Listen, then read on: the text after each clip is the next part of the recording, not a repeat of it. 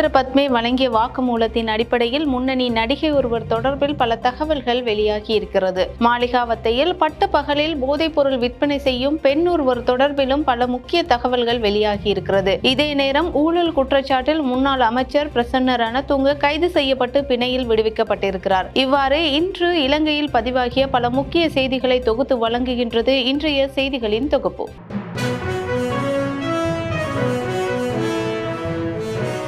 கெகல் பத்ர பத்மே வழங்கிய வாக்குமூலம். போலி உருவப்படத்தால் ஏமாற்றப்பட்ட நடிகை. மாளிகாவத்த பகுதியில் பட்டப்பகலில் நடைபெறும் போதைப் பொருள் விற்பனை.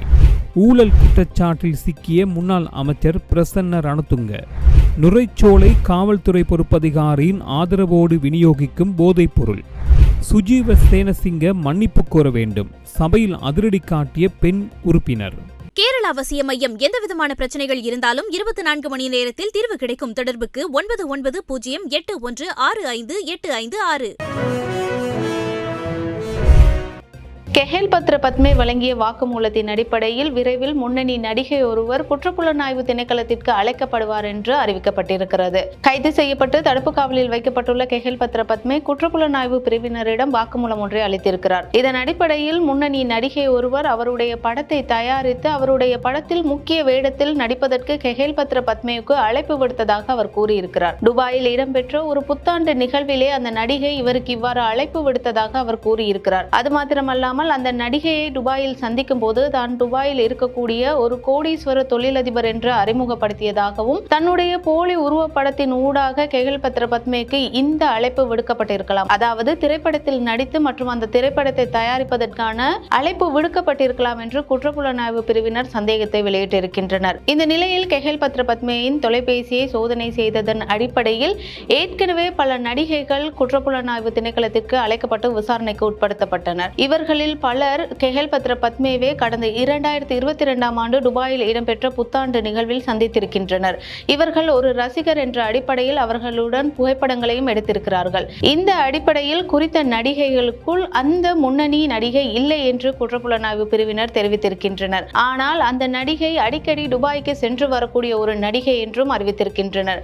இந்த நிலையில் அந்த நடிகை விரைவில் குற்றப்புலனாய்வு திணைக்களத்திற்கு அழைக்கப்பட்டு அவரிடம் விசாரணைகள் நடத்தப்படும் என்று குற்றப்புலனாய்வு திணைக்களத்தினர் தகவல் வெளியிட்டிருக்கின்றனர்.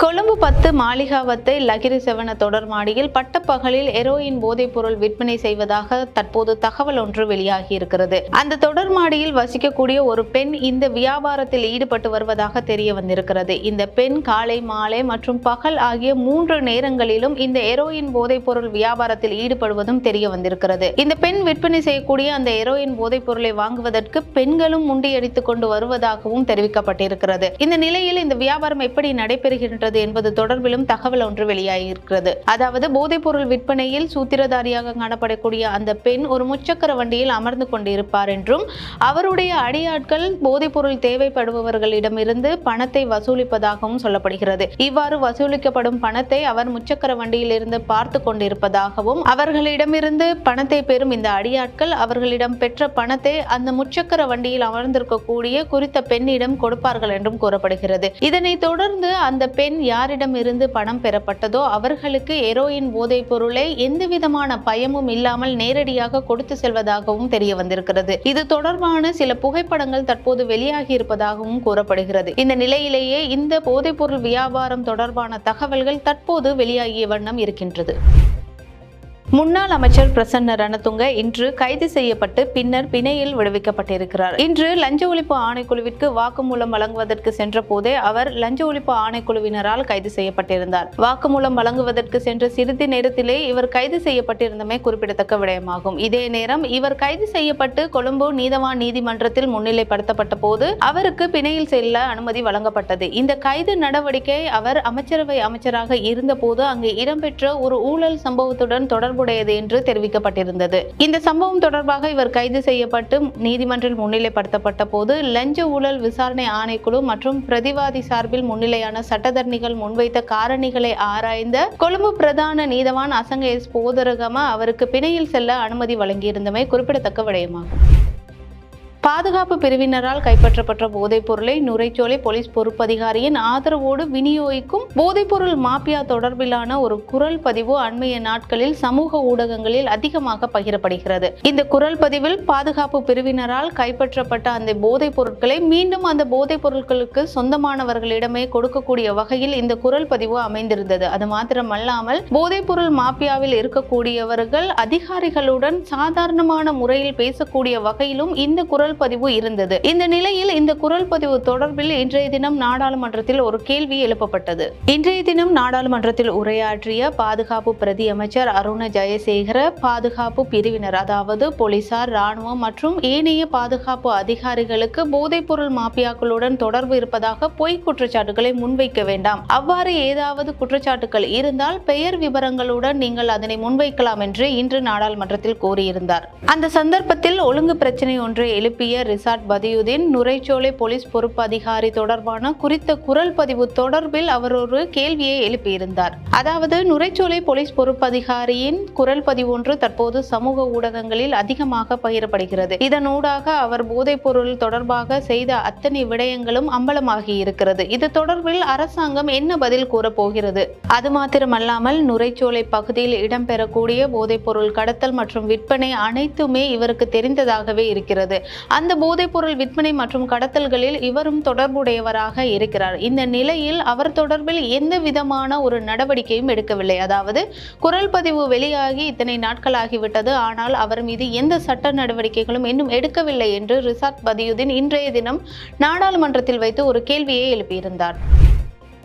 ஹிருணி விஜயசிங்க எம்பியிடம் ஐக்கிய மக்கள் சக்தியின் எம்பி சுஜீவ சேனசிங்க மன்னிப்பு கோர வேண்டும் என்று லக்மாலி எம்பி இன்றைய தினம் நாடாளுமன்றத்தில் வைத்து தெரிவித்திருந்தார். நாடாளுமன்றத்தில் வரவு செலவு திட்டத்தின் விவாதத்தின் போது அவர் இந்த விடயத்தை கூறியிருந்தார். கடந்த திங்கட்கிழமை சுஜீவ சேனசிங்க எம்பி ஒழுங்கு பிரச்சனை ஒன்றை முன்வைத்து அமைச்சர் வசந்த சமரசிங்கவின் பெயரை விழித்து ஒரு விடயத்தை கூறியிருந்தார். இதன்போது அருகில் அமர்ந்திருந்த விஜயசிங்க எம்பியின் பெயரை கூறியது மாத்திரமல்லாமல் அவர் வெளிநாட்டிற்கு அழைத்து செல்வார் என்றும் கூறியிருந்தார். இந்த விடயம் ஒரு பெண் உறுப்பினரை அவமானப்படுத்தும் வகையிலான கருத்தாகும். எனவே இதை அன்சாட்டில் இருந்து நீக்குவது மாத்திரமல்லாமல் சுஜீவ சேனசிங்க மன்னிப்பு கோர வேண்டும் என்றும் அவர் ஒரு கோரிக்கையை விடுத்திருந்தார். அது மாத்திரமல்லாமல் சுஜீவ சேனசிங்க குறிப்பிட்ட அந்த பெண் உறுப்பினரை பற்றி பேசிய விடயங்களை மாத்திரம் ஒரு காணொலியாக எடுத்து அந்த விடயம் தற்போது சமூக வலைதளங்களில் கேலி கூத்தாடப்படுகின்றது. இது ஒரு பெண் உறுப்பினருக்கான மரியாதை மறுக்கப்பட்ட ஒரு சம்பவமாக பார்க்கப்படுகிறது. நாங்கள் அரசியல் செய்வதற்கே நாடாளுமன்றத்திற்கு வருகை தந்திருக்கிறோம். மக்களே எங்களை தெரிவு செய்தனர். இந்த நிலையில் இவர் எதிர்க்கட்சியில் இருக்கக்கூடிய ஒரு பெண்ணுக்கு இவ்வாறான வார்த்தை பிரயோகங்களை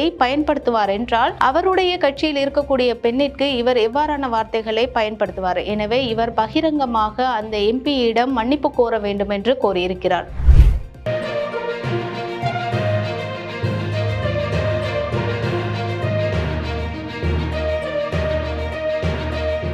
கேரள அவசிய மையம் எந்தவிதமான பிரச்சனைகள் இருந்தாலும் 24 மணி நேரத்தில் தீர்வு கிடைக்கும். தொடர்புக்கு 9908165856.